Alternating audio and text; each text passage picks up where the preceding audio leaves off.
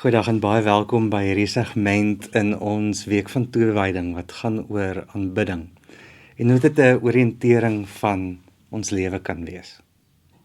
So wanneer ons praat oor aanbidding, is dit nie 'n fokus om beter te sing of beter te bid nie. Dis nie 'n gevoel wat jy moet najag nie. Dis nie iets om vir God te bewys nie. Ons is vandag hier so saam om te onthou wat aanbidding is. So aanbidding is nie net wat 'n mens doen nie.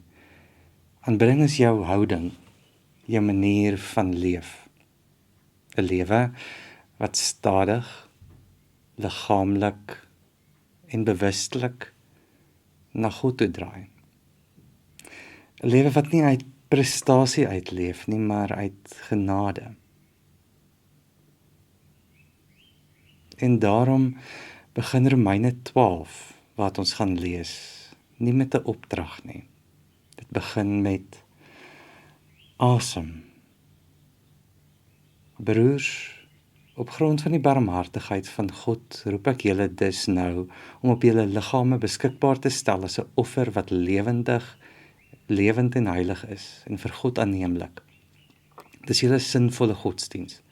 Julle moenie aan hierdie wêreld gelykvormig wees nie, maar verander word deur die vernuwing van julle denke, sodat julle goed kan onderskei wat die goeie en aanneemlike en volmaakte wil van God is.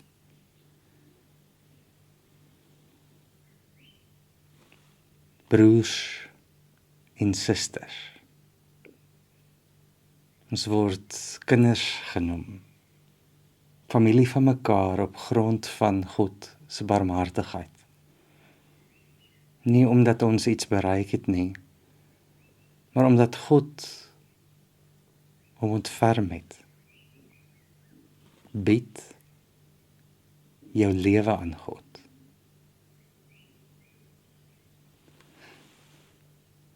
In die lig van God se barmhartigheid. Dis nie 'n voetnota nie, dis die grondbeginsel.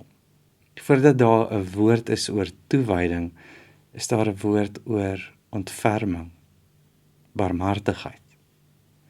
God se ontferming is nie 'n reaksie op jou vroomheid nie. Dis nie 'n beloning vir jou moeite nie. Dit is God se beweging na jou toe. So die evangelie begin nie by jou wat soos in die toring van Babel opklim nie. Dit begin by God wat afbuk.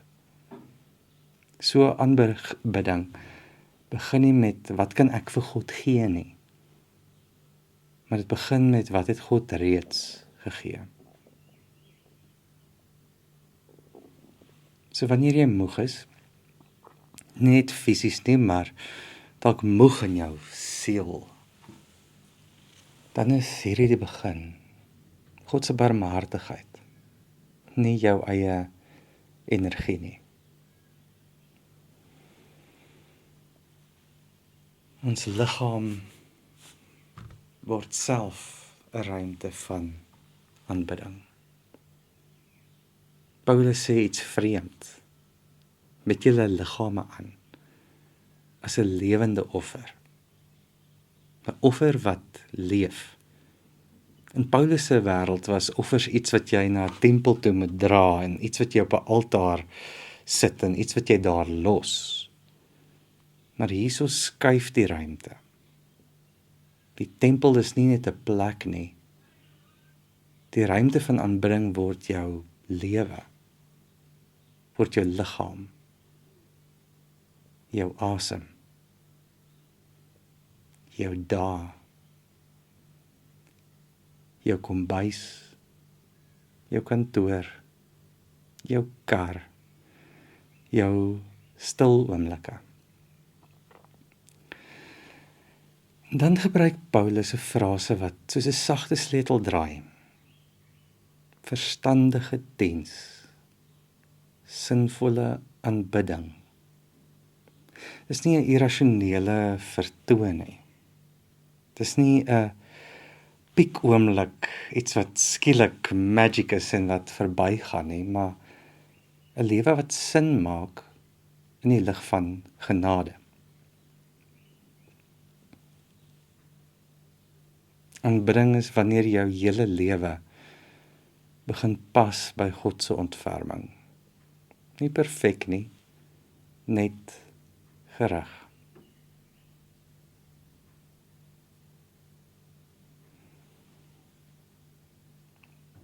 Dan kom die spanning. Moenie aan hierdie wêreld gelykvormig word nie, maar word verander. Hoe word ons verander? Deur julle denke te vernuwe. Die wêreld het vorms, boksies, waarin ons ingedruk word, of wat ons druk. Dis subtiel, maar dis aanhoudend. Dit sê, wees vinniger, wees meer, wees bewysbaar, wees indrukwekkend. Dit leer jou om jou waarde te meet, jou liggaam te bestuur, jou siel te versnel, jou vrese te verdoesel, te onderdruk. En Paulus sê nie, probeer harder, word beter. Nee, hy sê, word verander. Nie deur 'n nuwe tegniek nie, maar deur 'n nuwe manier van dink. Vernuwe die manier hoe jy kyk na jou wêreld. Om in die middel van druk te onthou, God se barmhartigheid is my beginpunt. En aanbidding is my terugkeer. Die manier hoe ek anders kyk en anders dan doen. So jy kan veronderstel nie net wat werk nie, maar wat goed is. Wat God se wil dra. Wat rustig bly. Ons kan anders kyk, anders leef, anders ervaar. Kom ons doen nou iets eenvoudig. Net 'n oomblik van bewuste oorgawe. Sit jou hande oop, as dit vir jou moontlik is. Dis nie hande wat besig is nie, dis hande wat oorgee. En asem stadig in.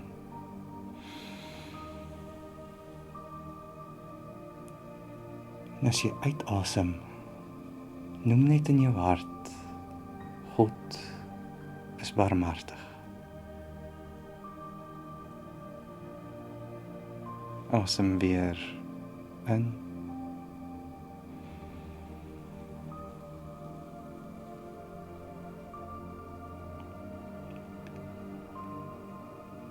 En wanneer jy uitasem, laat sak jou skouers.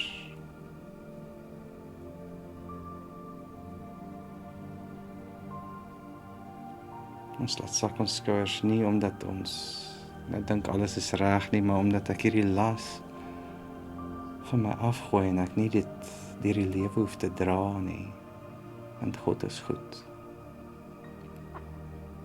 Asem weer in.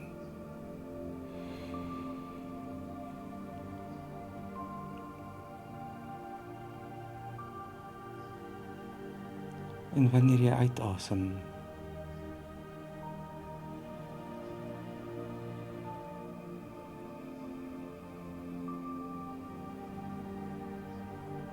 bied net jou gewone lewe aan.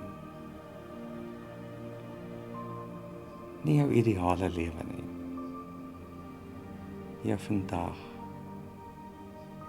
jou liggaam, jou gedagtes, jou tempo, jou weerloosheid.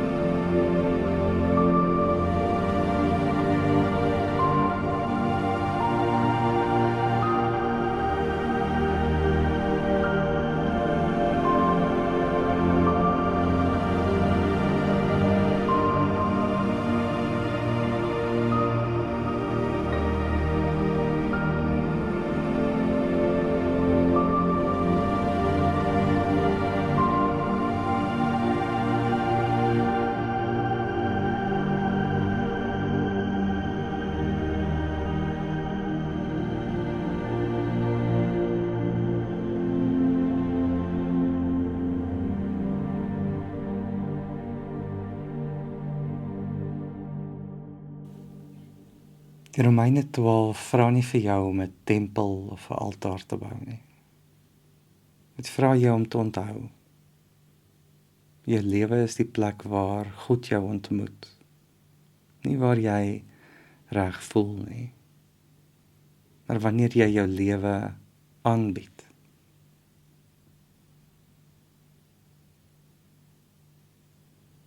Jy mag jou lewe aanbied. God ontmoet jou daar.